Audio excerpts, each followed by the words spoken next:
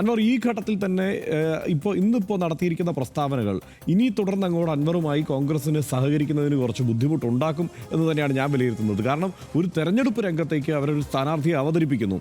ആ സ്ഥാനാർത്ഥിയെ അവതരിപ്പിക്കുന്നതിന് മുൻപ് എന്ത് ചർച്ച വേണമെങ്കിലും ആകാം. പക്ഷേ അവതരിപ്പിച്ചതിന് ശേഷം പറയുകയാണ് ഈ സ്ഥാനാർത്ഥി ഇടതുമുന്നണിയുടെ സ്ഥാനാർത്ഥിയാവാൻ വേണ്ടി കഷ്ടപ്പെട്ടുകൊണ്ടിരുന്ന ആളാണ്, ദേശാഭിമാനിയുടെ പരിപാടിക്ക് പോകുന്ന ഇടതുപക്ഷ മനസ്സുള്ളയാളാണ്, ഇവിടുത്തെ ക്രിസ്ത്യൻ വോട്ടർമാർ അദ്ദേഹത്തെ എങ്ങനെ കാണും എന്നുള്ള കാര്യത്തിൽ സംശയമുണ്ട്. അങ്ങനെ കുറേ പ്രശ്നങ്ങൾ ഇപ്പോൾ ക്രൈസ്തവ വോട്ടർമാർക്കിടയിൽ നിലനിൽക്കുന്ന ചില കൺഫ്യൂഷനൊക്കെ നമുക്കറിയാമല്ലോ, പര്യാവർത്തി ചർച്ച ചെയ്തതാണ്.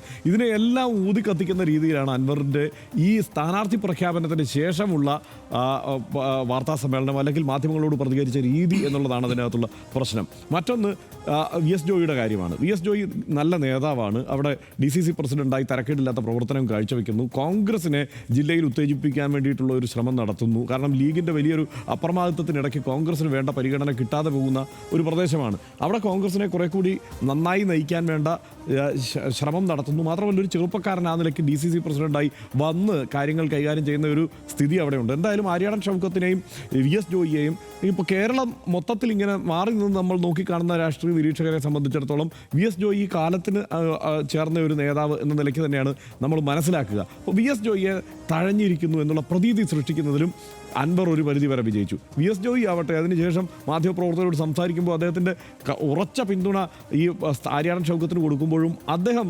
നിരാശനാണെന്ന് തോന്നിക്കുന്ന ഒരു മുഖഭാവവും ശരീരഭാഷയും ഒക്കെ തന്നെയാണ്. ഈ ശരീരഭാഷ എന്ന് പറയുമ്പോൾ പരിഹസിക്കപ്പെടും എങ്കിൽ പോലും അത് കൃത്യമായി കണ്ട് മനസ്സിലാക്കാൻ കഴിയുന്നത് നമുക്ക് ആ നിലയ്ക്ക് തന്നെയാണ് എന്നുള്ളൊരു പ്രശ്നമുണ്ട്. അപ്പോൾ ഇതെല്ലാം ഇങ്ങനെ നിൽക്കുകയാണ്. അതുകൊണ്ട് അവിടെ ഒരു കൂട്ടപ്പൊരിച്ചിലുണ്ടാക്കാൻ വേണ്ടിയിട്ട് അൻവറിന് കഴിഞ്ഞു എന്നുള്ളതാണ് സത്യം.